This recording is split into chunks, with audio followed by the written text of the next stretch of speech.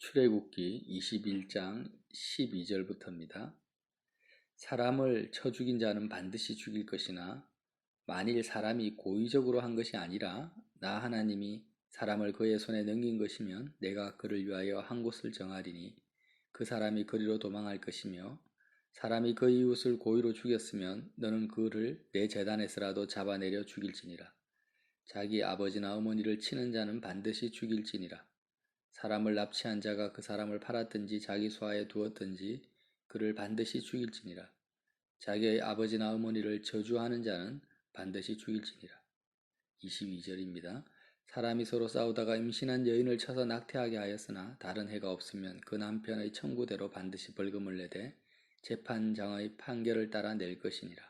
그러나 다른 해가 있으면 갚되 생명은 생명으로, 눈은 눈으로, 이는 이로, 손은 손으로, 발은 발로, 된 것은 된 것으로, 상하게 한 것은 상함으로, 때린 것은 때림으로 갚을지니라. 아멘. 출애굽기 20장의 10계명 다음에 나오는 것이 제단에 관한 법입니다. 그래서 10계명 다음에 바로 어떻게 하나님 앞에 제사를 지낼지에 대한 제사 문제를 다루고 있다는 것이 계명과 이 제사, 성전제사, 성막제사가 합쳐져서 이 복음이라고 했죠. 그런데 이렇게 전개가 되고요. 21장에는 종에 관한 법입니다.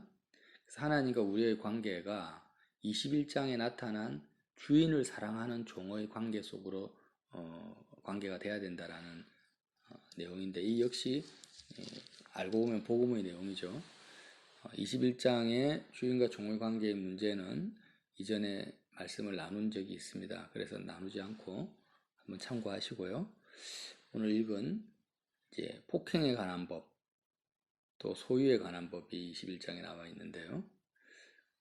굉장히 엄중하죠. 사람을 살인한 사람은, 특별히 고의로 살인한 사람은 반드시 죽여라고 합니다. 그가 재단에 있다면 재단에서 끌어내려서 죽여라는 거죠. 고의적인 죄는 율법에 하면 용서하지를 않습니다. 특별히 자기 아버지나 어머니를 죽인 자가 아니고 그냥 때린 자, 아버지나 어머니를 치는 자, 손찌검을 한다든지 부모에게 주먹질을 한 사람은 살인한 사람하고 똑같이 반드시 죽일지니라. 두 번이나 나옵니다. 자기 아버지나 어머니를 때리지 않고 또 저주하는 자, 욕을 했다든지 불경스러운 말을 했다든지 저주하는 자는 반드시 죽일지니라. 십계명에도 부모를 공경하지 않으면 공경하라고 하죠. 공경하라고 이렇게 하는데, 그 다음에 또 율법에 뭐라고 합니까? 부모를 치는 자는 반드시 죽여야 되고 부모를 저주해도 반드시 죽여라는 거예요. 왜 율법을 통해서 계속 인간관계, 특별히 부모 자식 관계, 부모를 공경하고 부모에 대해서 잘못한 것에 대해서 이렇게 엄중하게 경고를 계속 하시겠습니까? 율법은 선민들을 위해서 하나님이 주신 거예요. 단지 그냥 유교적인 사상을 우리가 대한민국 백성들이 많이 가지고 있잖아요. 부모 공경해라 이런 개념이 아니고요. 정말 그 사람의 인생에 있어서 부모와의 관계와 교제가, 육신의 부모 너무나 중요하기 때문에 부모를 때리거나 저주하면 반드시 죽는다, 죽여라 이렇게 말씀하신 거예요. 내적 치유 사역을 이렇게 또 공부하다 보면은요, 세계적으로 연쇄살인법이나 극악한 범죄자들의 공통점이 뭡니까? 전부 다 아버지나 어머니와의 어린 시절 관계가 안 좋은 사람들이에요. 한마디로 오늘 말씀한 것처럼 부모를 공경하지 않고 부모를 쳤다든지 아니면 부모를 저주했다든지. 친다라는 게 꼭 주먹질만 치는 게 아니고요. 저주라는 게 뭡니까? 마음으로 치는 것을 말해요. 예를 들어서 부모에게 학대를 당해도 자녀들은 힘이 없으니까 부모를 어떻게 합니까? 치지는 못하지만 마음으로는 어떻게 할까요? 저주를 하게 되는 거예요. 이런 식으로 율법을 어긴 사람들, 특별히 부모를 저주하거나 친 사람들은 나중에 굉장한 마귀의 그 통로를 열어주게 됩니다. 그의 인생 전체에 있어서. 그래서 하나님을 만나지도 못하고 복음을 제대로 받아들이지도 못하고 인생 전체가 죄와 사망에 끌려다니는 큰 통로를 열어주게 된다는 거예요. 그래서 율법에 그 당사자를 위해서 너의 인생이 십계명에 나온 것처럼 이 땅에서 잘 되고 장수하려면 제일 중요한 게 뭐냐면 너의 아버지와 어머니를 공경해야 된다. 불순함만이라 저주해서는 절대 안 된다라는 거예요. 그거는 심리학적으로도 그렇고 범죄 통계적으로도 그렇고 이거는 과학적으로도 다 증명이 된 내용들이거든요. 그래서 이제 예수님을 믿고 하나님을 섬기는 사람이라면 어떻게 해야 되냐면 첫 번째로 해야 될 게 뭐냐면 육신의 부모 있잖아요. 믿는 부모든 믿지 않는 부모든지 간에 육신의 부모에 대해서 철저하게 내가 혹시 아버지나 어머니를 저주하거나 미워한 것이 있는가? 있다면 십자가 앞에서 다 회개하고 예수님의 피로 씻어야 됩니다. 마음을 새롭게 해야 되는 거예요. 그럴 수 있잖아요. 그래서 조금이라도 마음에 부모님에 대해서 원망하거나 불평하거나 나쁜 관계, 서러운 관계, 서운한 마음 이런 것들을 하나님 앞에 다 이제 회개해야 된다라는 거예요. 그렇게 해야만이 이제 내가 열어놨던 악한 영들에게 열어놨던 그 문들을 닫게 되는 거예요. 이게 너무나 중요합니다. 설사 부모가 죽었다 할지라도 아버지가 돌아가시고 어머니가 돌아가셨다 할지라도 이전에 내가 부모님에 대해서 품었던 마음들 혹시 저주한다라는 게 막 원수를 향해서 저주한다 이런 마음 그런 것만을 이야기하는 게 아니고요. 마음으로 우리 부모는 우리 아버지는 그렇게 맨날 술만 마시고 술지정만 하고 참 우리 힘들게 했다 이런 마음을 품는 거예요. 감사하는 마음을 품지 못하는 거예요. 왜 그래야 됩니까?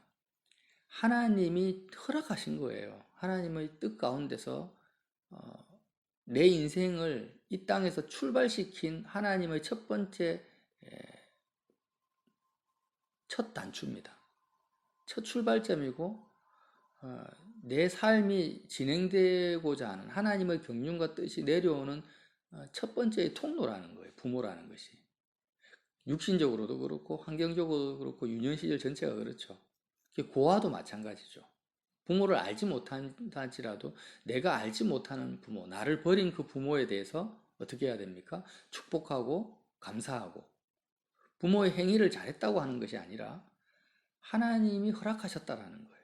하나님의 뜻, 내 인생을 향한 하나님의 뜻, 하나님의 경륜, 하나님의 계획에 대해서 내가 온전히 하나님 아버지의 사랑을 믿고 감사하고 받아들이고 기쁨으로 내가 그것을 인정할 때 하나님의 사랑을 받아들일 때 어떤 일이 벌어지냐면 내가 믿음으로 하나님의 은혜가 내 속에 내 인생을 향한 하나님의 은혜가 예비되어져 있는데 그 예배된 축복과 은혜가 계속 흘러내려올 수가 있어요.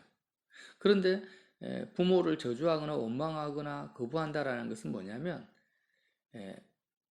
부모를 통해서 내려오는 그 내 인생 전체를 향한 첫 단추 은혜와 축복을 하나님으로부터 내려오는 은혜와 축복을 내가 나 스스로 차단하고 막아버린 결과를 가져오는 거예요. 그래서 마귀는 끊임없이 육신의 부모의 잘잘못을 생각나게 하고 판단하게 해서 이렇게 하나님의 사랑과 은혜를 막게 하는 가장 강력한 전략을 모든 사람들에게 다 쓰고 있다는 거예요. 너무나 중요한 문제죠. 그래서 율법에서 계속 이렇게 강조하는 거예요. 어머니, 아버지를 저주한 자는 반드시 죽여라. 그는 선민의 그 반열에서 끊어져야 될 자라는 거예요. 절대 선민은 그렇게 해서는 안 된다는 거예요. 죽은 부모라도 내가 부모를 용서하고 부모에 대해서 잘못한 걸 회개하고 축복하고 오히려 사랑하는 그런 기도가 필요하다라는 것입니다. 이것이 되지 않으면 내가 예를 들어서 딸이 아버지에 대해서 아들이 엄마나 아버지에 대해서 축복하지 않고 원망하고 불평하는 마음을 계속 품고 있으면 어떤 현상이 벌어집니까? 나중에 내 남편이나 아내가 아버지나 어머니의 나이가 되잖아요. 내 남편이나 아내가 내가 어릴 때 아버지와 어머니의 나이가 되면 내 아버지나 어머니에 대해서 품었던 나쁜 감정, 불만이 남편이나 아내에 대해서 아내를 향해서 그대로 나타나게 됩니다. 이거는 100%입니다. 그리고 심지어는 내 자녀, 내 아들이나 딸, 내 손자, 손녀에 대해서까지 아버지나 어머니와 안 좋았던 관계, 그 저주가, 관계적인 저주가, 뭐, 가계의 저주라 이런 많은 표현을 하는데, 그, 반은 맞고 반은 틀리지만, 어쨌든 그런 관계적인 저주가 3, 4대까지 계속 연결되는 거예요. 그래서 내 말을 듣고 순종하는 자는 천대까지 복을 받고, 불순종하면 3, 4대까지 저주를 받을 거다. 이 말씀이 바로 이 말입니다. 그래서 어떻게 해야 됩니까? 이 저주라는 것은 타인에 의해서 오는 것이 아니라 나 스스로가 하나님의 말씀에 불순종함으로 인해서 오는 것이 저주라는 거예요. 그래서 그 저주를 끊을 수가 있습니다. 누구든지 예수님의 그 십자가의 그 공로로 인해서 당장 끊을 수 있죠. 어떻게 끊습니까? 어려운 것이 아니죠. 그냥 하나님이 내 인생을 향해서 허락해 주신 첫 번째 통로와 관문인 이 육신의 부모에 대해서 용서하고 사랑하고 축복하면 돼요. 하나님의 뜻을 믿으면 됩니다. 내 인생을 향한 하나님의 뜻을. 그러면 모든 저주가 끊어지는 거예요. 자, 이 내용을 이제 다루고 있다라는 겁니다. 자, 그리고 동해 보복법이 나오죠. 똑같은 해를 줘라. 눈은 눈으로, 이는 이로, 손은 손으로, 발은 발로. 이 말씀이요. 출애굽기 신명기에 이렇게 율법이 나오는데 누가 너에게 눈을 다치게 하면 상대방 눈도 다치게 하면 되고 이를 다치게 하면 이를 다치게 하면 된다. 왜 하나님이 이런 율법을 주셨겠습니까? 지금 우리가 이해해야 될 것은 이스라엘 백성에게는 우리 대한민국이 가지고 있는 지금 현대 국가들이 가지고 있는 민법이나 형법이나 헌법이나 이런 것이 전혀 없습니다. 백성들은 많이 있는데요. 그러니까 이 사회가 이스라엘 백성 민족이 하나의 국가잖아요. 이 국가가 움직이고 운영되려면 최소한의 법이 있어야 되는 거예요. 사람들의 죄악을 막을 수 있는 최소한의 법. 그런 민법과 형법을 대신할 수 있는 이 이스라엘 백성들에게 있어서는 율법밖에 없는 것입니다. 그래서 모세가 이런 하나님의 말씀을 대언할 때 하나님께서 모세를 통해서 이런 수준의 법을 준 거예요. 하나님의 본래의 뜻은 아니라는 거예요. 본래 하나님이 율법을 통해서 우리에게 주고자 하는 아버지의 온전한 뜻은 어디에 있냐면 예수님께서 말씀하신 마태복음 5, 6, 7장입니다. 산상보훈입니다. 그래서 예수님은 뭐라고 하셨습니까? 마태복음 5장 38절에 오늘 이 우리가 읽은 말씀을 꼭 집어서 말씀하십니다. 눈은 눈으로 이는 이로 갚으라 하였다라는 것을 너희가 들었으나 나는 너희에게 이르노니 악한 자를 대적하지 말라고 합니다. 그렇게 갚지 말라고 하는 거죠. 예수님의 제자들에게 누구든지 내 오른편 뺨을 치거든 왼편도 돌려대고 또 너를 고발하여 속옷을 가지고자 하는 자는 그도까지 가지게 하며 또 누구든지 너를 억지로 오리로 가게 하면 그 사람과 심리를 동행하고 내게 구하는 자에게 주며 내게 꾸고자 하는 자를 거절하지 말라고 하여. 그리고 결론적으로 하늘에 계신 너희 아버지의 온전하신가 같이 너희도 온전하라고 합니다. 여기는 손해를 끼치면은 그대로 손해를 줘라고 하지만 주님은 뭐라고 하십니까? 너희가 사람의 잘못을 용서하면 너희 하늘 아버지께서도 너희 잘못을 용서하려니와 너희가 사람의 잘못을 용서하지 아니하면 너희 아버지께서도 너희 잘못을 용서하지 아니하리라. 예수님이 말씀하신 율법과 지금 출애굽기에서 모세를 통해서 준 율법이 공통점도 있고 또 이런 부분에 대해서는 인간관계적인 부분, 소유의 부분이 소유에 대한 부분이나 관계적인 부분은 굉장히 다르잖아요. 그래서 제가 말씀드린 것처럼 민법이나 형법을 대신한 최소의 사회가 유지되기 위한 법을 주신 거예요. 모세 시대에는. 근데 예수님은 어떤 내용을 다룹니까? 하나님의 자녀로서 응당 살아야 될 삶의 그 율법의 본질을 밝혀주신 거란 말이에요. 이것을 마태복음 19장 3절에서 알 수 있습니다. 바리새인들이 예수님을 시험하죠. 뭐라고 하냐면 모세 율법대로 어떤 이유가 있으면 아내를 버리는 것이 옳습니까? 아내와 이혼 사유가 있으면 아내하고 이혼하는 것이 옳습니까? 이렇게 예수님을 시험해서 물어봅니다. 예수님 뭐라고 하냐면 하나님이 짝지어 주신 것을 사람이 나눌 수 없다. 이렇게 대답하니까 바리새인들이 어째서 그러면은 모세는 이혼 정서를 주어서 아내를 버려도 된다라고 명령했습니까? 하고 모세 율법을 딱 끄집어 가지고 오는 거예요. 그러니까 예수님이 바리새인들에게 모세가 너희 마음의 완악함 때문에 아내 버림을 허락하였거니와 본래는 그렇지 아니하다. 그러니까 모세가 지금 이렇게 출애굽기 21장에 폭행에 관한 법이나 소유에 관한 책임을 묻는 이런 법들, 배상에 관한 법들 22장에 나오잖아요. 이런 민법과 형법을 대신하는 법을 준 것은 너희 이스라엘 백성들의 마음이 완악하기 때문이라는 거예요. 완악하기 때문에 그 완악함을 통제하기 위해서 아내 버림을 허락한 거지만 본래는 그렇지 않다고 예수님이 말씀하셨어요. 그래서 이 모든 범법하는 행위, 율법을 어기는 행위들, 막 부모를 때리고 저주하고 사람을 쳐 죽이고 남의 것들을 빼앗고 하는 이런 행위들이 왜 발생하느냐에 대한 그 원인은 신약 성경에 잘 나타나 있습니다. 율법을 어기는 이유가 있다라는 거예요. 그것이 야고보서에도 나와 있고 로마서에 특별히 잘 나타나 있는데 야고보서에서 뭐라고 합니까? 4장 1절에 보면 너희 중에 싸움이 어디로부터 다툼이 어디로부터 나느냐? 다시 말하면 왜 이렇게 사람을 죽이고 싸우고 남종과 여종을 치고 남의 것들을 빼앗고 하느냐? 너희 지체 중에서 싸우는 정욕으로부터 나는 것이 아니냐? 너희 지체 중에서 어떤 지체일까요? 세상과 벗된 지체예요. 그러니까 싸우는 정욕으로부터 나오는 거예요. 우리 지체 중에 모든 사람의 그 지체가 있어요. 땅에 속한 지체가 있다라는 거예요. 그래서 십계명을 다룰 때도 우리가 뭘 봤습니까? 십계명은 자꾸 어느 계명을 지키고 어느 계명은 못 지키는 행위의 문제가 다룬 게 아니라 존재의 문제라고 했죠. 내가 지금 어디에 속해 있는가? 땅에 속해 있는가? 하늘에 속한 옛사람이냐? 육에 속한 자냐? 사망의 몸에 거하고 있느냐? 아니면 내가 새 사람인가? 그리스도와 연합된 상태인가를 분별하는 기준이 율법이지 나의 상태를 체크하는 기준이지 내 행위가 이게 맞냐 틀리냐를 따지는 것이 본질이 아니라는 거예요.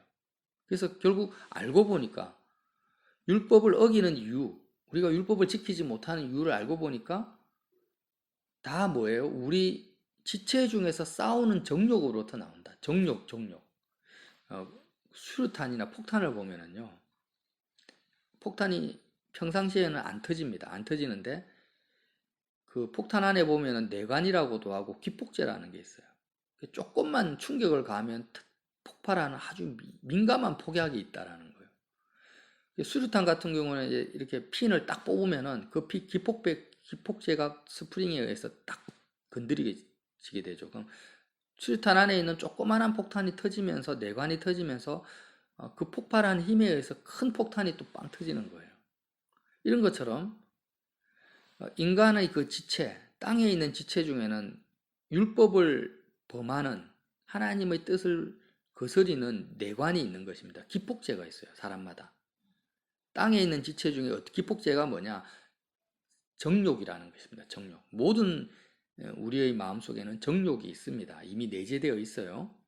근데 이 정욕을 작동시키는 것이 있다라는 거예요. 사람의 마음속에 정욕을 작동시켜서 결국에는 어떻게 됩니까?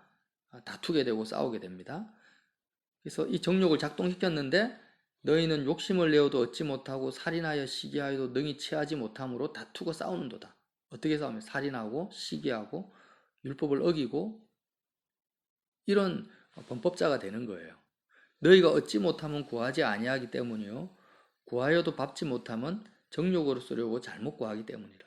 가늠한 여인들아, 세상과 벗된 것이 하나님과 원수됨을 알지 못하느냐. 그런즉 누구든지 세상과 벗이 되고자 하는 자는 스스로 하나님과 원수가 되는 것입니다. 자, 정리하자면 이런 거예요.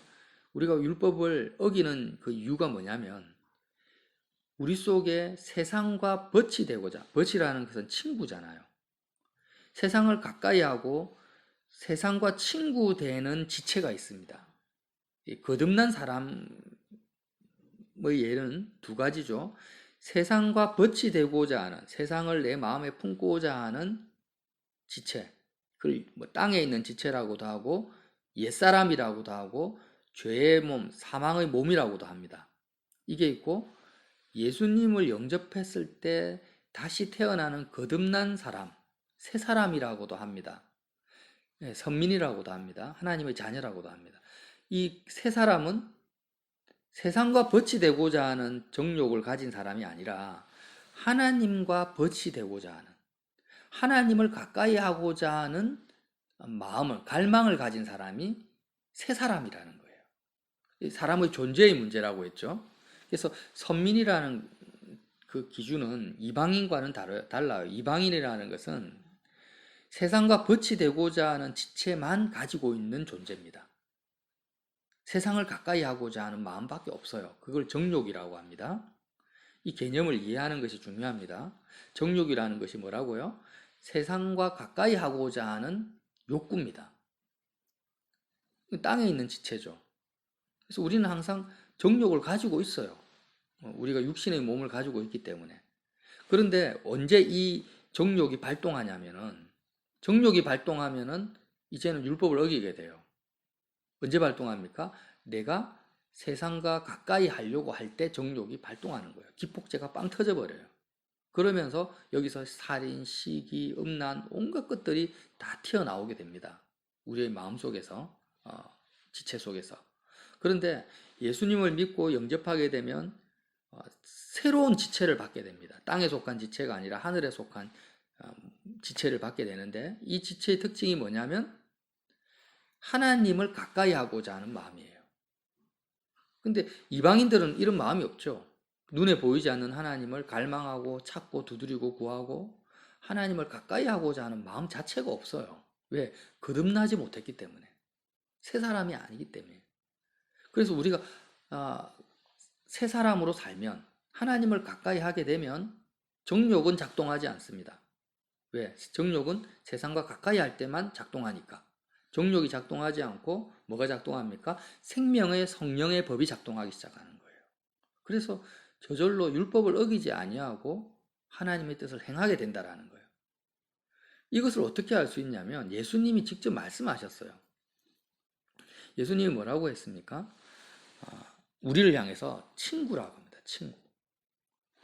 세상과 벗이 되는 것이 간음하는 여인이잖아요. 이방인입니다. 그런데 예수님은 이 땅에 오셔서 제자들을 향해서, 여인들을 향해서, 세리와 창기들을 향해서 뭐라고 하냐면 친구라고 합니다.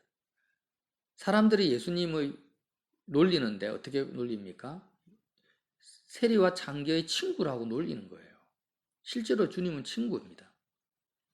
누가복음 12장 4절에 예수님께서 내가 내 친구 너희에게 말하노니 몸을 죽이고 그 후에는 능히 더하지 못하는 자를 두려워하지 말라.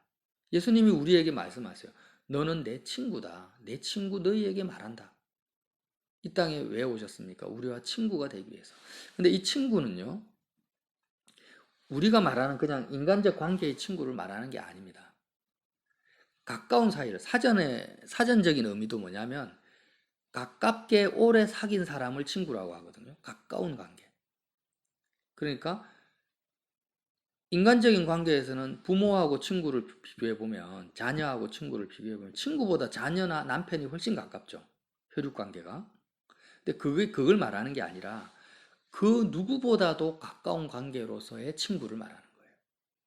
그러니까 부모하고 자녀가 내가 가장 가까운 관계인데, 예수님이 친구라는 것은 뭐냐면 부모보다도 예수님이 더 나하고 가까운 관계 속에서 있는 분이, 자녀보다도 예수님이 더 가까운 관계로 나에게 오셨다는 거예요. 이런 의미로서 내가 내 친구 너희에게 말한다 이렇게 말씀하신 거예요.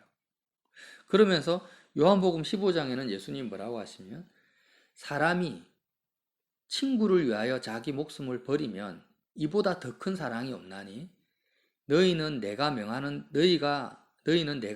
대로 행하면 나의 친구라. 너희가 나의 친구라. 이제부터는 너희를 종이라 하지 아니하리니 종은 주인이 하는 것을 알지 못함이라.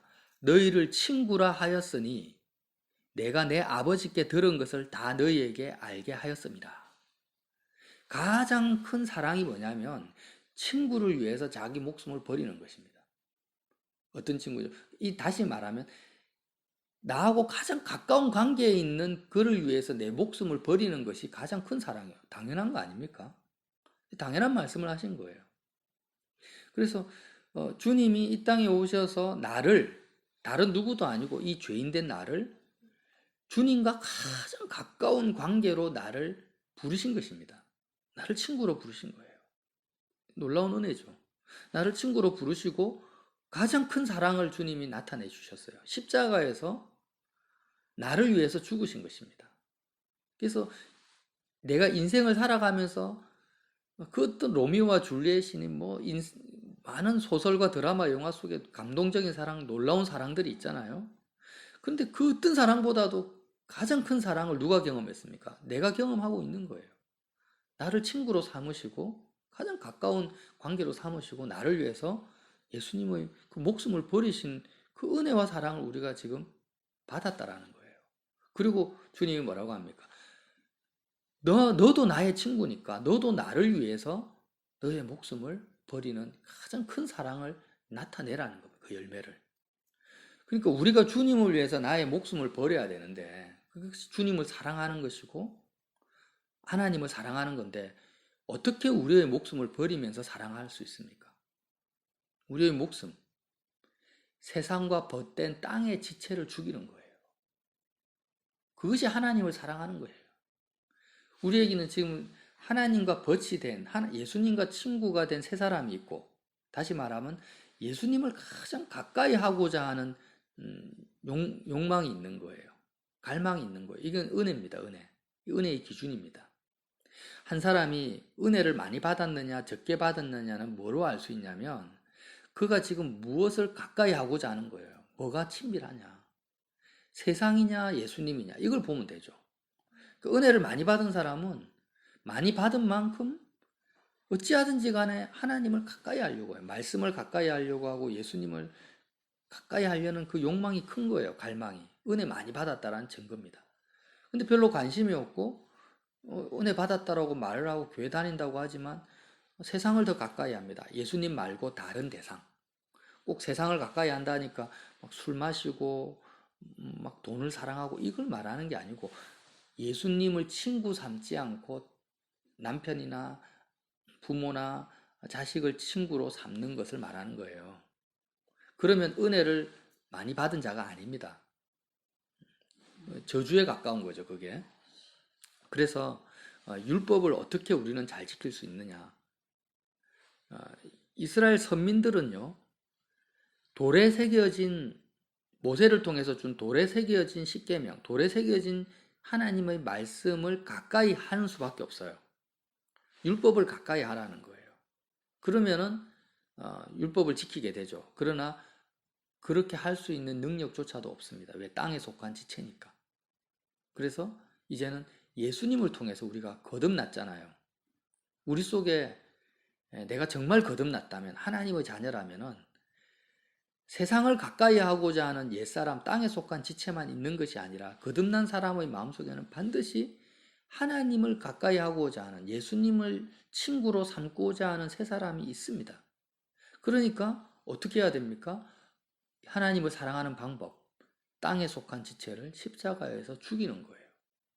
그리고 이제는 돌에 새겨진 말씀이 아니라 살아있는 돌, 산돌이신 예수님, 살아있는 말씀이신 예수님을 내가 그 어떤 인간관계나 그 어떤 눈에 보이는 상황이나 사건보다도 살아있는 예수님을 나의 친구 삼아버리면 그 사람은 율법을 완전히 이루고 지킬 수 있다는 것입니다. 이게 복음이죠. 그래서 예수님은 지금도 임마누엘이다. 임마누엘의 뜻이 뭐예요? 너와 함께 한다라는 것입니다. 우리가 어디에 있든지 간에 무엇을 하든지 간에 예수님이 친구로서 어떤 친구요? 나를 위해서 자신의 생명을 버린 친구입니다. 우리가 외로워할 필요가 없어요. 예수님이 항상 어디에든 있는 거죠. 다니엘의 세 친구가 불 속에 들어가도, 풀무불 속에 들어가도 거기에서 예수님이 함께 춤을 추면서 함께 한다라는 걸 보여줬지 않습니까? 세 사람이 들어갔는데 네 사람이 춤추고 있어요. 그 나머지 한 사람은 예수님입니다. 그리고 십자가를 질 때도 베드로가, 예수님은 홀로 졌지만 베드로가 십자가를 지는 순간 주님이 함께 지고 계시니까 주님 보시기에 너무 부끄러워서 나는 거꾸로 매달리겠습니다. 거꾸로 십자가를 지겠습니다. 이렇게 고백할 수 있었던 거잖아요. 그래서 우리는 율법을 어떻게 지킵니까? 내 의지나 내 결단이나 내 노력으로 지키는 것이 아니라 나와 지금 살아계신 예수님, 살아있는 말씀으로 오신 예수님, 이 예수님을 가장 가까이 하는 것입니다. 그 무엇보다도. 근데 예수님을 친구 삼지 않고 예수님 말고 다른 대상이나 사건을 내 마음에 가까이 하는 순간 나는 어떻게 됩니까? 내 속에 있는 정욕이 폭발해 버리는 거예요. 정욕이 기폭제라고 했죠.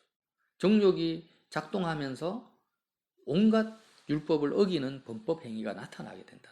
이게 바로 신약 성경에서 말하는, 야고보서 로마서에서 말하는 율법과 우리의 관계 속에서 나타나는 원리입니다. 그래서 저와 여러분이 오늘 말씀이 좀 길었는데 어쨌든지 간에 중요한 게 뭐라고 했습니까?